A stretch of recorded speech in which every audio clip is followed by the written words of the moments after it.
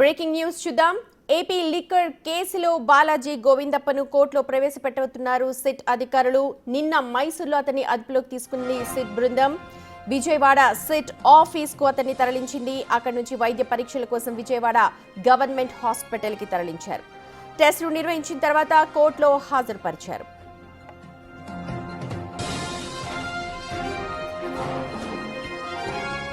Liquor scam కేసులో A33గా ఉన్న గోవిందప్ప బాలాజీని నిన్న మైసూర్లో అదుపులోకి తీసుకున్నారు పోలీసులు. ఈ కేసులో అరెస్టుల సంఖ్య ఇప్పుడు 5కు చేరింది. ఇప్పటికే కేసిరెడ్డి రాజ్, చాణక్య, దిలీప్, సజ్జల శ్రీధర్ రెడ్డిని అరెస్ట్ చేశారు.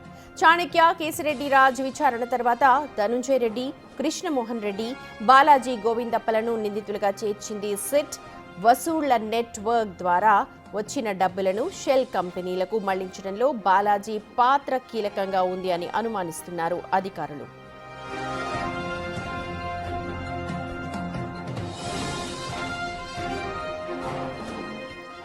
గోవిందప్పనైతే ప్రస్తుతం కోర్టులో హాజరుపరిచారు. మరి ఆయన విచారణ కొనసాగిన తర్వాత ఎన్ని నిజాలు తెలుస్తాయో తెలుసుకోవాలి. మా ప్రతినిధి శివ ఉన్నారు అప్డేట్స్ అందించడానికి.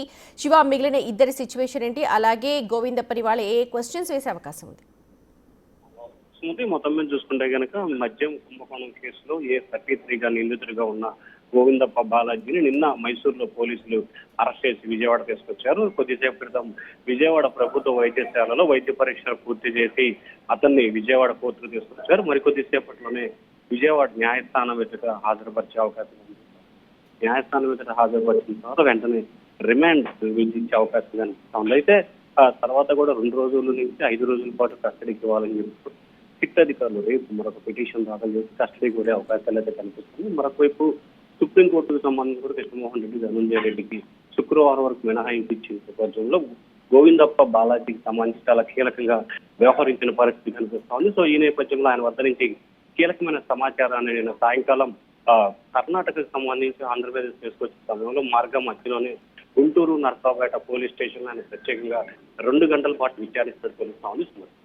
శివ, అయితే ధనుంజయ రెడ్డి, కృష్ణమోహన్ రెడ్డి పరిస్థితి ఏంటి? వాళ్ళు ప్రస్తుతం ఎక్కడ కూడా కనిపించట్లేదు. వాళ్ళ కోసం సిట్ అంతా కూడా బృందాలుగా ఏర్పడి వాళ్ళని వెతుకుతున్నారంటున్నారు. ఏమైనా క్లూ దొరుకుతోందా? ప్రస్తుతానికైతే కృష్ణమోహన్ రెడ్డి, ధనుంజయ రెడ్డి వీరిద్దరికి సంబంధించి కూడా సుప్రీంకోర్టులో వచ్చే శుక్రవారం వరకు మినహాయింపు ఇచ్చిన పరిస్థితి కనిపించింది. అయితే వారు ప్రస్తుతం అజ్ఞాతంలో ఉన్నట్టు కూడా తెలుస్తా ఉంది. కానీ సుప్రీంకోర్టు శుక్రవారం వరకు అంటే దాదాపుగా 3 రోజుల పాటు మినహాయింపు ఇచ్చిన నేపథ్యంలో వీరు 3 రోజుల పాటు బయటకు వస్తారా లేకపోతే అజ్ఞాతంలో ఉంటారా అనే దానికి సంబంధించి స్పష్టత లేదు. మరొక వైపు కృష్ణమోహన్ రెడ్డి కుమారుడి కంపెనీకి సంబంధించి హైదరాబాద్ లో నిన్న ఈ రోజు 5 కంపెనీల్లో సిట్ అధికారులు విస్తృతంగా సోదాలు నిర్వహించి ఆయన కుమారుడికి సంబంధించిన పలువురు డైరెక్టర్లను కూడా విచారణకు హాజరు కమ్మంటూ కూడా నోటీసులు జారీ చేశారు. అయితే ప్రస్తుతానికైతే కృష్ణమోహన్ రెడ్డి, ధనుంజయ రెడ్డి వీరిద్దరు కూడా అజ్ఞాతంలో ఉన్నట్టు తెలుస్తా ఉంది. శివ, ఇప్పుడు గతంలో లాగానే సిట్ ఇప్పుడు విచారణకి పిలుస్తోంది. అలాగే బాలాజీ గోవిందప్ప పాత్ర కీలకంగా ఉంది అని చెప్పి అనుమానం వ్యక్తం చేస్తున్న నేపథ్యంలో రిమాండ్ ఎన్ని రోజులు విధించే అవకాశం ఉంది? గతం కేసులు మనం చూసుకుంటే దాని బేసిస్ లో ఒక అవగాహన అంటే ప్రధానంగా చూసుకుంటే బాలాజీ గోవిందప్పకి సంబంధించి సాధారణంగా ప్రతి కేసుకు సంబంధించి కూడా 14 రోజుల పాటు రిమాండ్ విధించే అవకాశం కనిపిస్తోంది.